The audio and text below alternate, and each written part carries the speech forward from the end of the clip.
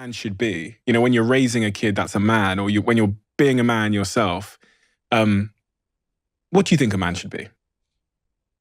And I want to give a bit more context here. There's a lot of men struggling right now. There's a lot of men, if I talk about it a lot, that if you look at the stats around suicidality in the UK, the thing that's most likely to kill someone between the age of like 18 and 40 is themselves for a man. You know, so men are clearly struggling in some capacity with purpose or meaning or something. So I almost feel like, you know, a lot of these sort of toxic influences of what a man should be have now emerged to offer answers. But I doubt those toxic influences. And I say there's got to be another role model, another sort of blueprint for what it is to show up as a man. Well, I was going to give you I guess it would have been a real cheap answer of, I think it's Marcus Aurelius, is stop discussing what it is to be a man and be one. I was going to walk out of here with that one. I'd be like, pretty good question avoidance there.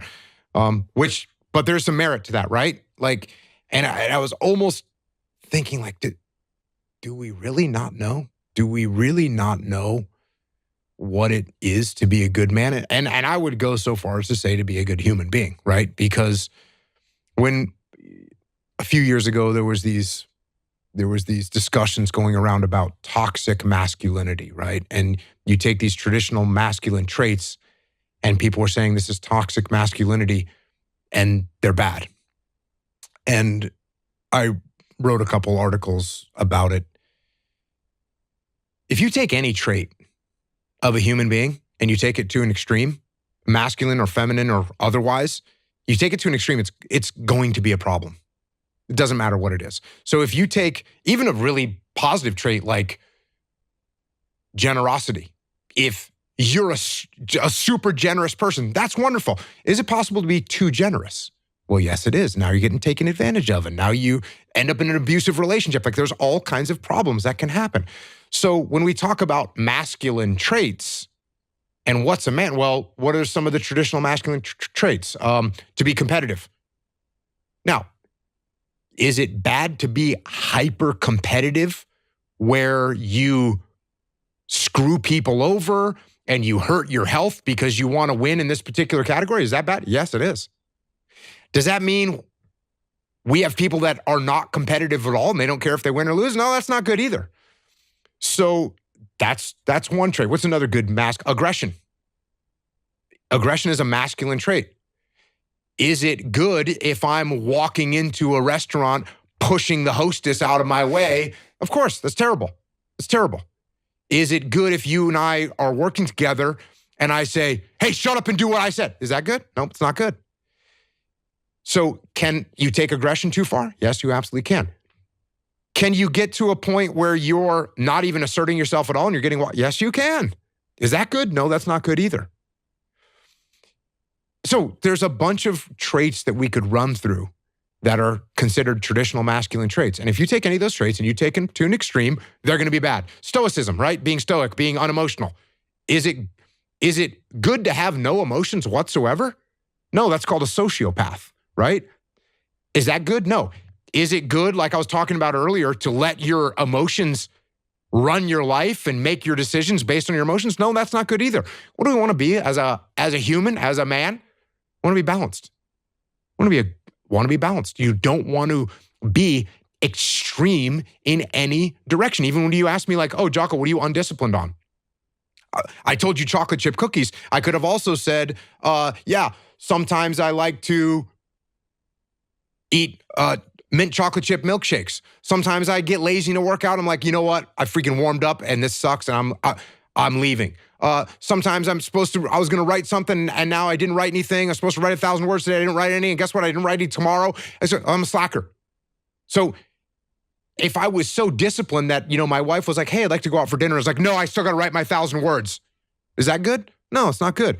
So any characteristic, if we take it to extreme, it's going to be a problem. And so we as people should be balanced.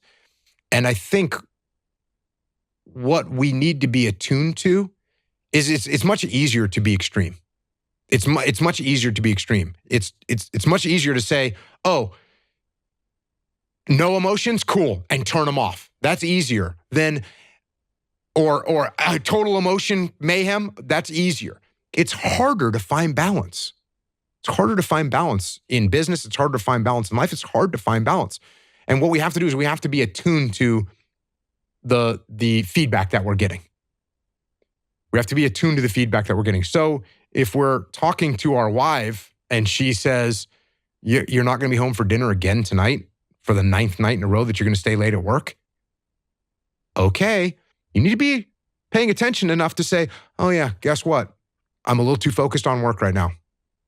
And then the other end of that spectrum is my boss says, hey, Jocko, wait, you're leaving early again? Well, it's wrestling season. My daughter's got a wrestling match, so I'm going to leave.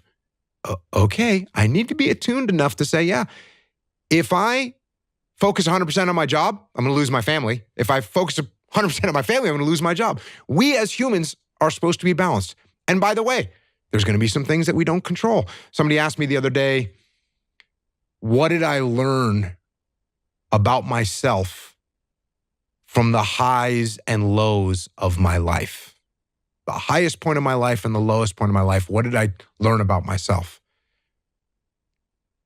And I said, I learned that I don't let the highs and the lows affect me too much. Because we're going to have wins, we're going to have losses. We're going to have successes, we're going to have failures. We're going to have good nights, we're going to have bad nights. We're going to have good relationships, we're going to have bad relationships. We're going to have good ideas and bad ideas. We're going to make money, we're going to lose money. All these things are going to happen. And if you oscillate emotionally up and down drastically, it's going to be problematic. So finding a good, stable, centered way to be and look at the world and take everything that you see with a little bit of a grain of salt and don't get swayed too drastically in one direction or the other, you're going to be okay. And if I was to try and sum up some of this idea about being a man or being a good human, it's like those books. I wrote a book called Extreme Ownership. That number one, take responsibility for what you're doing. Take ownership of your world. Take ownership of your life. There's number one. Number two, the second book, Dichotomy of Leadership. Be balanced. Be balanced. Don't be extreme. Extreme. Look, do you have to sometimes get out there in the fringes a little bit? Occasionally, you probably had some business situations where you're like, all right, I got to let go half of my staff right now. That's an extreme move, but that's how we're going to start. Do you have to do that sometimes? Yes, you do. But don't let that be where you live. Live in the center. Live in a stable area. And then finally, discipline equals freedom. If you love the Diary of a CEO brand and you watch this channel, please do me a huge favor. Become part of the 15% of the viewers on this channel that have hit the subscribe button. It helps us tremendously, and the bigger the channel gets, the bigger the guests.